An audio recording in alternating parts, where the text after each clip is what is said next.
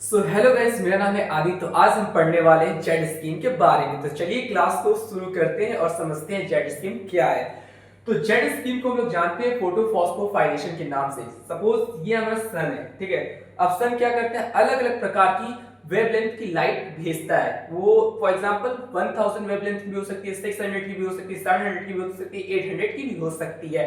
तो मान लो कि ये हमारा फोटो सिस्टम सेकंड है, ठीक है।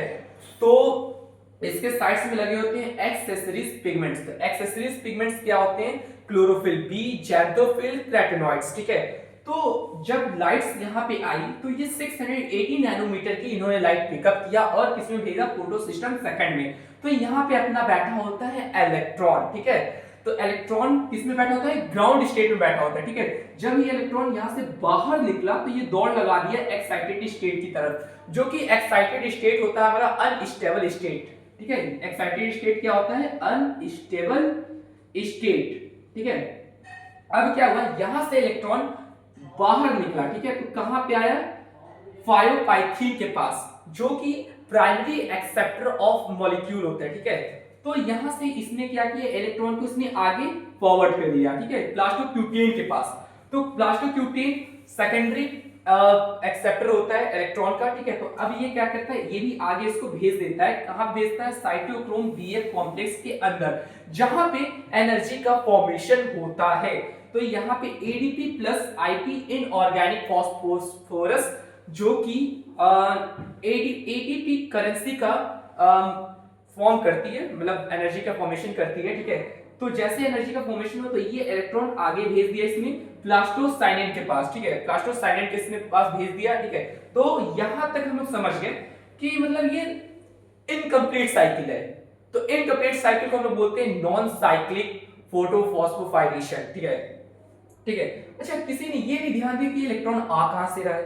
तो चलिए समझते हैं ये इलेक्ट्रॉन आ कहां से रहा है। सपोज H2O प्लस CO2 क्या किस चीज का फॉर्मेशन किया? ग्लूकोज का, ठीक है, प्लस ऑक्सीजन जो हम लोग लेते हैं, ठीक है।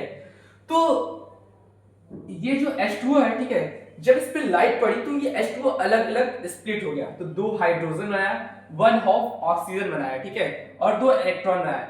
याद रखना, जितने प्रोटॉन होंगे उतने इलेक्ट्रॉन बनेंगे, जितने प्रोटॉन होंगे उतने इलेक्ट्रॉन बनेंगे। तो यहाँ पे देख सकते हो ड्रो हाइड्रोजन तो बना ही, मतलब 2 प्रोटॉन है और 2 इलेक्ट्रॉन है, ठीक है।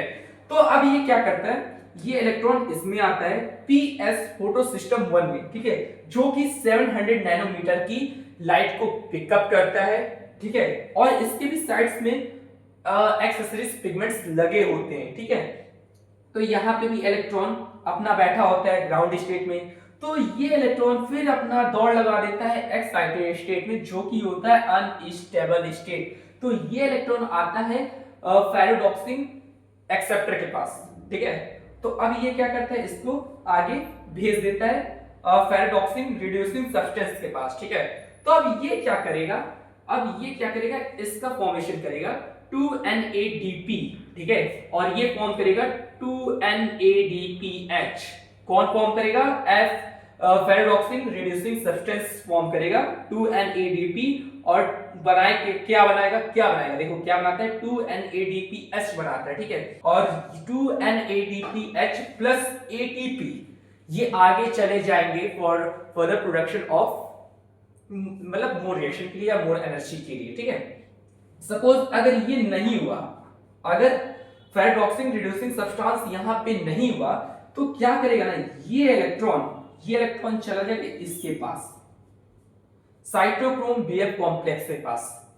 तो ये क्या करेगा, एटीपी में एनर्जी का फॉर्मेशन करेगा और यही बार बार साइकिल रिपीट होगी, ठीक है। तो इसको बोलते हैं साइक्लिक फॉस्फोराइलेशन, ठीक है। अगर आपको वीडियो अच्छी लगी तो लाइक सब्सक्राइब कमेंट जरूर करना। मिलते हैं नेक्स्ट वीडियो में। Thanks for watching, bye bye.